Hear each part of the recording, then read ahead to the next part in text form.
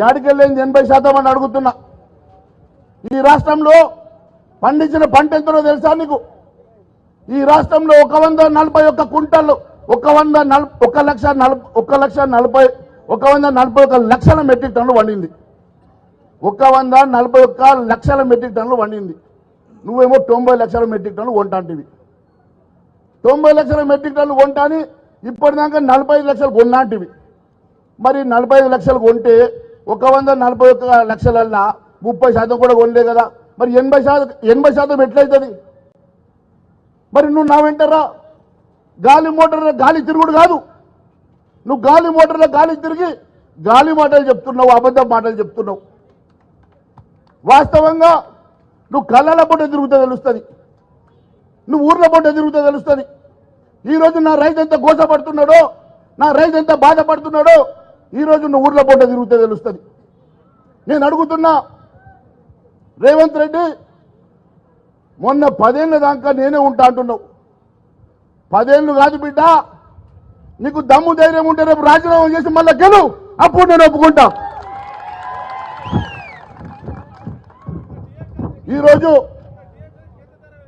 ఈరోజు రైతుకు యూరియా దొరుకుతలేదు నీ పాపాన.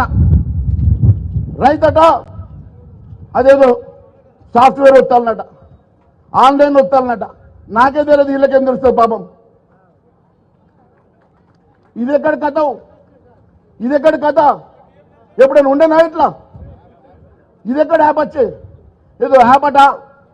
అరే మా వాళ్ళకు ఆ ఫోన్లే లేవు, స్మార్ట్ ఫోన్లు మాకే లేవు. స్మార్ట్ ఫోన్ మాకే తెలియదు ఎట్లా యాప్ చేయాలను. మరి రైతు దగ్గర ఆన్ చేసే లోపలనే స్టాక్ అయిపోయింది అంటాడు.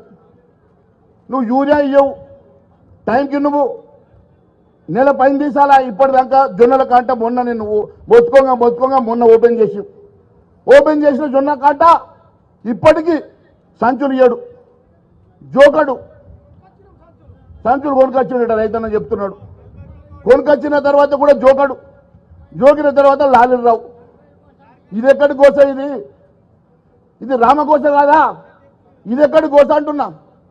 ఈ రకంగా రైతును గోసపెట్టి, రైతును బాధ పెట్టి, 6 కాలాలు కష్టపడ్డ రైతన్నను ఈ రకంగా బాధ పెట్టేటువంటి నువ్వు 10 ఏళ్ళు ఉంటావా? నీ అయ్యా జాగీరా, యాడికెళ్ళి ఉంటావు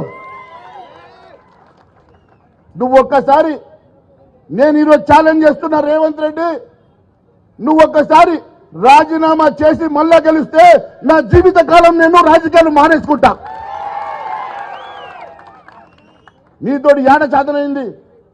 2 ఏళ్లలో ఎన్ని లక్షల కోట్లు సంపాదించాలో లెక్కలేసుకున్నావు, ఏడాడ రియల్ ఎస్టేట్ చేయాలో లెక్కలేసుకున్నావు, ఏడాడ కమిషన్లు పెట్టుకోవాలయ్యా నువ్వు లెక్కలేసుకున్నావు. కానీ నా రైతులకు ఇచ్చిన మాట మర్చినావు, నా యువతకు ఇచ్చిన మాట మర్చినావు, నా విద్యార్థులకు ఇచ్చిన మాట మర్చినావు, నా ఆడబిడ్డలకు ఇస్తామన్న 2500 నెలకు ఇచ్చే మాట మర్చినావు. పెన్షన్లు 2000 ఆడజాలితే అవ్వా నీకు 4000 ఇస్తా అన్నాడు. ఉన్న 2000 ఇవ్వకపాయి, కొత్త పెన్షన్లు పెట్టకపాయి.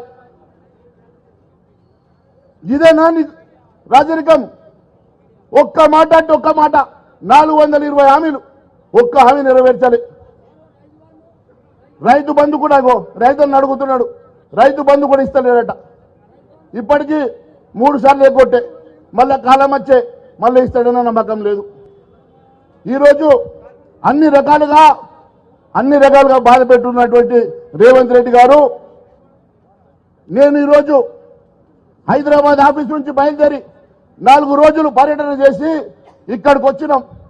ఇక్కడతో ఆగం, ఇది ఆరంభం. భారతీయ జనతా పార్టీ మొదలు పెట్టినటువంటి మా జైత్ర యాత్ర ఇది ఖచ్చితంగా నేను పాతరేసే వరకు మేము ముందుకెళ్తామని తెలియజేస్తా ఉన్నా. ఈరోజు మా శాసనమండలి సభ్యులం, పార్లమెంట్ సభ్యులం, భారతీయ జనతా పార్టీ యావత్ యంత్రాంగం కదిరి ఈరోజు గ్రామాల్లో పర్యటిస్తాం. నిన్ను ఎండగట్టి లెక్కలతో సహా నిన్ను బొంత పెడతామని చెప్పి తెలియజేస్తా ఉన్నాం. మిత్రులారా, అనేకమైనటువంటి అంశాలు రైతులు రాజీ చేస్తాడట.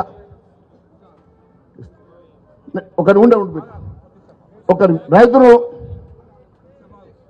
ఈరోజు పెట్టుబడికి భరోసా లేదు, యూరియా బస్తా లేదు, కాలువల్లో నీళ్లు లేవు, మార్కెట్లో కొనుగోలు లేదు. ఈరోజు రైతుల కన్నీళ్లు మాత్రమే కనిపిస్తా ఉన్నాయి.